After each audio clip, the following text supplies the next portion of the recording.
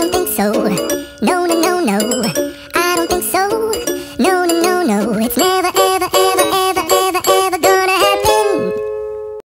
Hello everyone, আসসালামু আলাইকুম। Blog 4-এ it's চাঁদি channel থেকে। সো আজকে আমি রান্না করে দেখাবো হচ্ছে সবথেকে টেস্টি গরু মাংস। সবথেকে না, কারণ আমি কিন্তু ফার্স্ট টাইম গরু মাংস রান্না করছি, কিন্তু আমি জানি না কেমন মজা হবে, কিন্তু আমি খুবই এক্সাইটেড যে আমার গরু মাংসটা খেতে কেমন হবে। তার জন্য আজকে আমি গরু মাংস নিয়ে নিয়েছি এখানে 1 কেজি পরিমাণ, আর হলুদ, পেঁয়াজ, মরিচ সব কিছু আমি আগে থেকেই মাখিয়ে রেখেছিলাম। সেগুলো আর কিন্তু আমি আর দেখালাম না তার জন্য।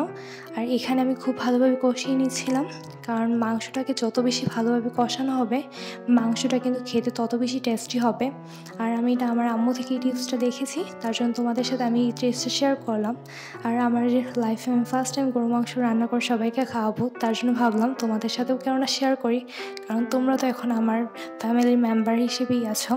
সো এখন আমি আমার সব কিছু রেডি করছিলাম, যেহেতু আজকে সবাই কুমিল্লা থেকে খুবই জার্নি করে আসছে। সো আম্মু খুব টায়ার্ড ছিল, তাই ভাবলাম আজকে আমি সব কিছু রেডি করবো। তার জন্য আমি শসাগুলো ভালোভাবে ছুলিয়ে নিচ্ছিলাম। আর আজকে কিন্তু ফ্রাইডে ছিল, তার জন্য আরও বেশি আমি ফ্রি ছিলাম। আর তার জন্য শসাগুলোকে একটু স্টাইল করে করে কাটছিলাম। কাটা চামচ দিয়ে এগুলোকে মানে একটু স্লাইসের মতো করে দিচ্ছিলাম উপর দিক দিয়ে।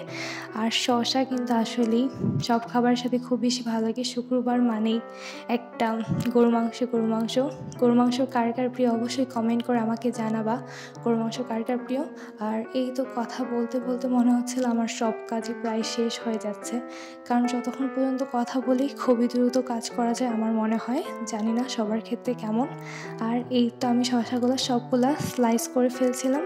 আর আমি আজকে বটি দিয়ে সব কাজ করছিলাম, যেহেতু আমার খুবই তাড়াহুড়া ছিল যে কখন কাজ কমপ্লিট হবে, তার জন্য আমি খুবই তাড়াহুড়ো করে কাজগুলো করছিলাম। আর এই যে দেখতে দেখতে আমার সব কাজ কিন্তু কমপ্লিট হয়ে গিয়েছে। এই যে আমার শসা কাটা শেষ।